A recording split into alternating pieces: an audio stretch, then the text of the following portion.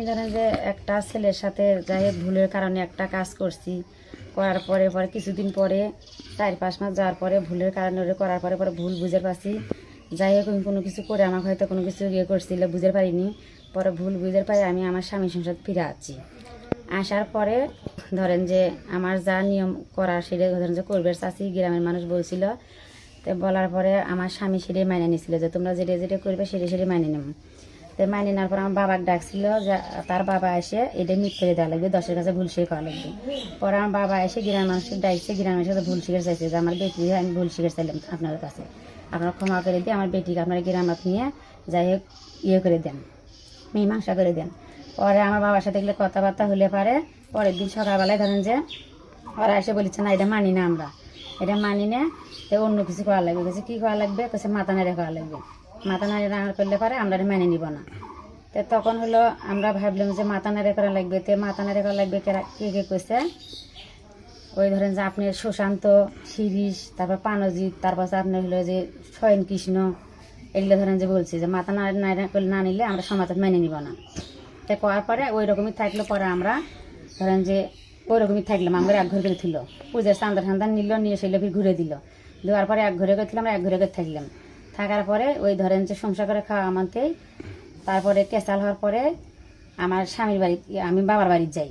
তারপরে বাবার বাড়ি থেকে যেন আবার আমার স্বামী আর সন্তানজন নিয়ে আসে, আনার পরে ধরেন যে ওরা আমার ইয়ে করলো, ঘরের মধ্যে উঠে আমি বসে আছি, ওরা সবাই মিলে আসলো ওই পাড়ার।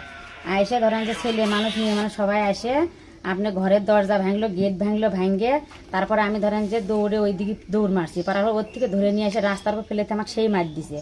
দেওয়ার পরে ওর থেকে চুল ধরে মায়ের ফেলে দিয়ে নাতি সেই মুটকি সেই রকম সবাই মিলে সব বুঝি আমার যা আসিল সবাই আসিল। তারপরে ধরেন যে মায়েরে নিয়ে এসে ওরা টাইনে নিয়ে এসে ওই পাড়াতে নিয়ে যাওয়া ধরছে। আমি বলছি না, আমি যদি জীবন তালাক আমার বাড়িতে দিব, আমি তোমাকে ওই পাড়া যাবো না। পরে ওরা গাছের সাথে বাঁধলো, নারকেল গাছের সাথে বাঁধে ওই জায়গাতে আমার সেই মায়ের পিট করছে। কেউ বলেছে যে মাথা নেড়ে করে দেও, আলকাতরা লেগে দেও, মুখতে চিত মেরে দেও, চুল কাটিয়ে দেও, মানে একজন এক কথা বলিচ্ছে। কিন্তু আমার ওই জায়গা বলার মতন কোনো ভাষাই আসছিল না ভাই। আমাকে যে নির্যাতনটা করছে ওই জায়গাতে, আমার একটা লোক আমার পিছে আসিল না যে আমার পাশে যে এগেবে। আমার বাড়ি কাছে বোন আছে, এই বোনের ভয়েতে বলছে যে ওই মাগিকে ধরে নিয়ে এসে এটি বাঁধো। এই ভয়েতে আমার বোনের মুসলমান বৌজির কাছে তুমি ঘরের মধ্যে বসে থাকো, তুমি ওই জায়গায় যাইও না, তুমি গেলে তোমাকে ধরবে।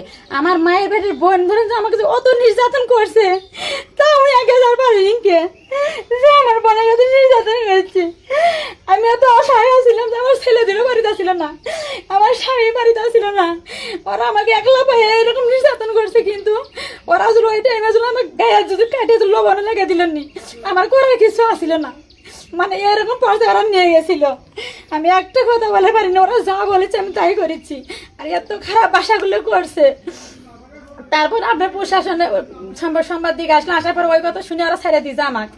ছেড়ে দেওয়ার পরে ধরেন যে আমার বাবার বাড়ির মুখে তখন সিএমএন এসে সবাই আসলে আসে আমার কলেজে তুমি চলে যাবে যাতে সবারই কথা গ্রামের থেকে চলে যায়, কারণ গ্রামের থাকা হবি না। পরে আমরা কোনো ভাবে গ্রাম থেকে চলে যাবো। পরে সিএমএন আসে চৌকিদারের সাথে আমার ঘরে ভ্যান একটা ঠিক করে, ভ্যান গাড়ি ঠিক করে জুমের বাড়িতে সিএনজি ঠিক করছে, করে আমাকে দিছে। দেওয়ার পরে সোনাতলা যাই, আমি ধরেন যে অসুস্থ হচ্ছি, মানে আমার যে চুল ধরছে আমার যেরকম মারছে, আমি সোনাতলা যে অসুস্থ যাবার পারি না। পরে ওই জায়গায় সিএনজি ভাড়া দিয়ে আমি সোনাতলা হাসপাতাল ভর্তি হয়েছি, হয়ে সেই জায়গাতে একদিন থাকছি। থাকার পরে পরে আমাকে ওই যখন বেশি হলো তখন ফির ওই জায়গা থেকে আমাকে জিএম মেডিকেলে ওই জায়গাতে ইয়ে করে দিল। পরে জিএম মেডিকেলে ভর্তি হলাম। ওই জায়গা থাকা আমাতেই কয়েকদিনে থাকে আমাকে ওষুধপাতি দিল, দেওয়ার পর আমি সুস্থ আছি। পরে আমার গ্রামের মানুষ যায় আপনারা আমাকে নিয়ে আসলো, আমাকে হাত পাও ধরে আমি আসবই না, ওরা আমাকে সেই এগুলো সিএমএন ফোন করলো। তা আমি বললাম যে আমি কিন্তু যাবো, কিন্তু আমি কিন্তু আমার আইনের কাজ আমি ঠিকই করবো, আমাকে যে বেআইনি করেছে আমি সেটা ঠিকই করবো, আমি কিন্তু ওটা ছাড়বো না। আপনারা তো কবেন যে আপোষ, আমি কিন্তু আপোষ হবো না। আমার যে অন্যায় করেছে সে অন্যায়ের আমি সঠিক বিচারটা চাই, আমি আর কোনো কিছু চাই না। আমার অন্যায়ের আমি সঠিক বিচার চাই। কি জন্য আমাকে এরকম কি জন্য করলো? আমি তো তার কাছে কোনো অন্যায় করি নাই। আমাকে রাখবে না, তারা গ্রামের থেকে হয়তো দাবিয়ে দিবে, কিন্তু আমাকে এইভাবে কি জন্য মারধর করলো? কি জন্য এইভাবে আমার গাছের সাথে বান্ধে অফিসিয়ালি ফেসবুকে ছাড়লো? কি জন্য? আমার কি মান সম্মান নাই? আমার কি জন্য ফেসবুকে ছাড়লো? আমি আপনার কাছে এটা একটা ইয়ে করি, রিকোয়েস্ট করি, আপনারা হাত পাওয়া দিচ্ছে, আমি এটার সঠিক বিচার চাই।